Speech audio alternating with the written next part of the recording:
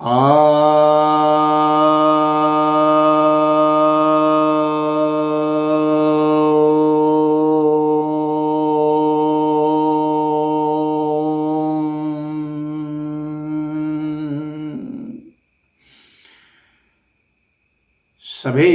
भक्तजनों को सप्रेम नमन। भक्तों, आज मैं आपके समक्ष विज्ञान भैरव तंत्र, जो कि ध्यान योग का सबसे महत्वपूर्ण ग्रंथ है,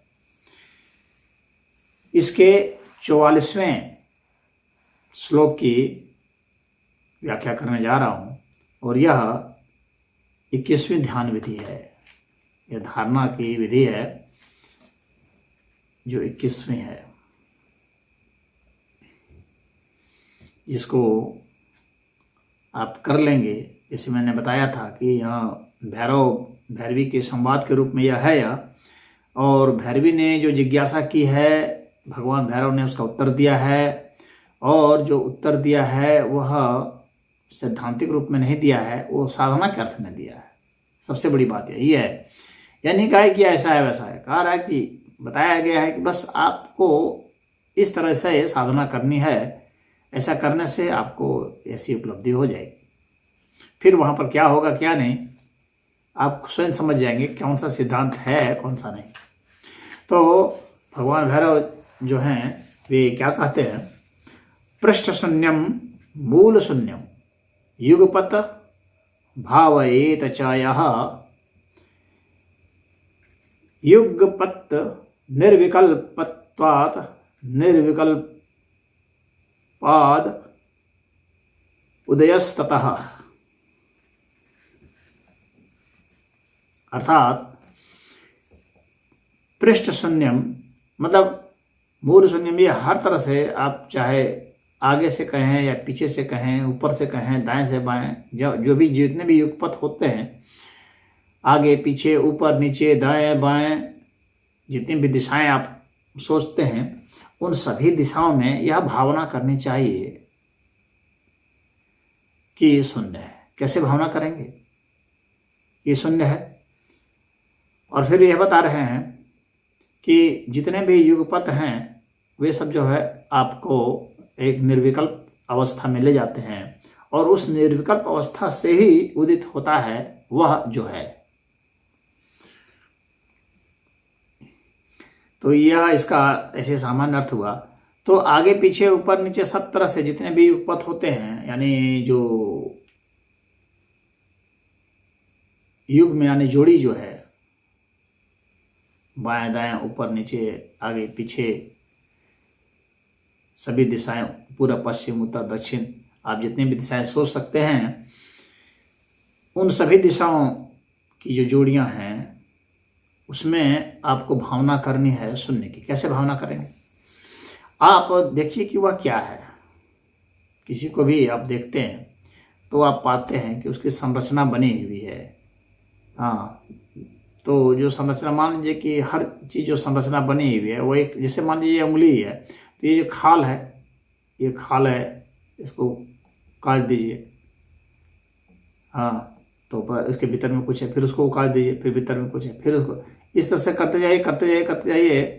अंत में आपको क्या मिलेगा, जो भी आपको ठोस चीज मिलती है ना, उन सबकी परत है, और सभी की परत, और जो परत आपको मिलेगी ना उसकी भी परत है। और इस तरह से सबकी परत की परत परत की परत निकालते जाने, यानी आपको परत की भी परत निकालनी है, और ये जो चीज़ है उसकी भी परत निकालनी है। तो यह जब आप परत की परत निकालते हैं, हाँ, और हर चीज़ की परत निकालते हैं, तो अंत में आपको क्या मिलता है, शून्य, खाली। इसका अर्थ है कि शून्य ही अभिव्यक्त हुआ है, वही अभिव्यक्त होकर के ऐसा ठोस रूप धारण किया है जिससे आपको लगता है कि ऐसा है ऐसा है। जब आप उसको रिवर्स, उसकी रिवर्स इंजीनियरिंग करते हैं, उलट करके आप चलते जैसे वो बना है, तो आप क्या पाते हैं, शून्य, यानी आप निराकार तत्व पाते हैं।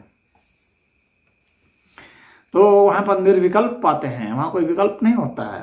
तो वही यहाँ पका रहे हैं कि इन सभी युगपथ का जो है अंतिम निधान क्या होता है कि वहाँ पर आपको शून्यता मिलती है, और वह शून्यता सर्वथा शून्यता नहीं है। वह शून्यता क्या है? वह निराकारता है। और वह निराकारता क्या है? वही शिव तत्व है, वही पर भैरव है। तो जो शून्य अवस्था जिसको हम लोग कहते हैं वो सर्वथा शून्य नहीं है। वह नास्तिकों का शून्य नहीं है, क्योंकि वैसा सिद्धांत तो होता ही नहीं कि बिल्कुल जीरो हो गया। सर्वथा शून्य होता ही नहीं है। सर्वथा शून्य होता तो फिर किसी प्रकार का कोई अस्तित्व ही सिद्ध नहीं होता, क्योंकि शून्य से, सर्वथा शून्य से कोई उत्पत्ति संभव नहीं है। शून्य जैसी स्थिति से उत्पत्ति संभव है। तो वैज्ञानिकों ने जितने भी रिसर्च किए हैं उन सभी रिसर्चों में यही आया है कि किसी फील्ड से किसी को तैयार किया गया, फील्ड से तैयार किया गया। जो यूनिवर्स की जो थ्योरी है जिससे यह बना है, यह संसार, वह भी सर्वथा शून्य से नहीं बना है। शून्य जैसी स्थिति से, वो अव्यक्त स्थिति है। तो वह महाकाश है, उसी को पर भैरव, उसी को शिव तत्व कहा गया है तंत्र साहित्य में। और वही बताया जा रहा है कि आपके सभी चीज को आपको यही करना है। आप जब ध्यान में बैठेंगे तो आपको क्या करना है कि जितने कोई भी चीज को आप लेंगे और उसको आप उसकी परत उघाड़ेंगे तो आपको अंततः शून्य मिलेगा। और ये जब आप पूरा जब शून्य हो जाएगा, आप भीतर की कोई चीज निकालेंगे शून्य, बाहर भी शून्य, हर तरफ जब शून्य हो जाएगा वहां पर किसी प्रकार का कोई विकल्प नहीं मिलेगा। वह निर्विकल्प स्थिति कहलाएगी। और वही जो निर्विकल्प स्थिति है वह सर्वथा निराकार स्थिति है, वो समाधि की स्थिति है। और वो सम्यक समाधि है। और उस समाधि में वह जो आपको महाकाश मिलता है, वह जो शून्यता आपको मिलती है, वह पर भैरव है, वह शिव तत्व है। वहाँ उस तत्व का बोध होने पर ही, वहाँ पर ही हमें कल्याण है। उस तत्व का बोध होने पर ही कल्याण है, वही निर्वाण है, वही मोक्ष है, वही शिव तत्व की उपलब्धि है। वहीं पर जो शिव तत्व को खोजने जाता है, शिव तत्व में लीन हो जाता है, तो वह शिव ही हो जाता है। तो वही वह कहता है शिवोहम शिवोहम सच्चिदानंद स्वरूपम शिवोहम शिवोहम।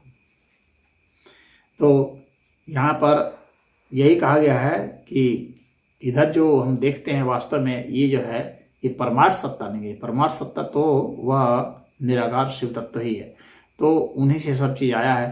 तो हम ये दुनिया में आप जो भी चीज़ दृष्टिगोचर आपको होता है, जो भी चीज़ अनुभूत होता है, ये सब अंततः उसी महाकाश से उत्पन्न है। तो आप इसकी परत दर परत खोलते जाएंगे। चाहे आप वैज्ञानिक हैं तो ऐसे आप काटते चले जाइए, और अगर आप दार्शनिक हैं, चिंतक हैं और ध्यानी हैं तो आपको मन से ही उसे उभारना है, मन से ही काटना है। और जब आप काटते चले जाते हैं, छीलते चले जाते हैं, हर परत को आप छीलते चले जाते हैं, परत को उतारते जाते हैं, और जो परत को आप उतारा उसको भी परत उतारे, फिर इस तरह से आप पाते हैं अंत में कुछ नहीं बचता है, खाली परत की परत है। जैसे प्याज के छिलके हम उतारते हैं, ठीक वैसा ही है। तो इसमें इतना ही। और हमारी इसी स्थिति में ही परम ज्ञान होता है, इसी को परम ज्ञान कहते हैं, शिव तत्व की उपलब्धि। हरि ओम।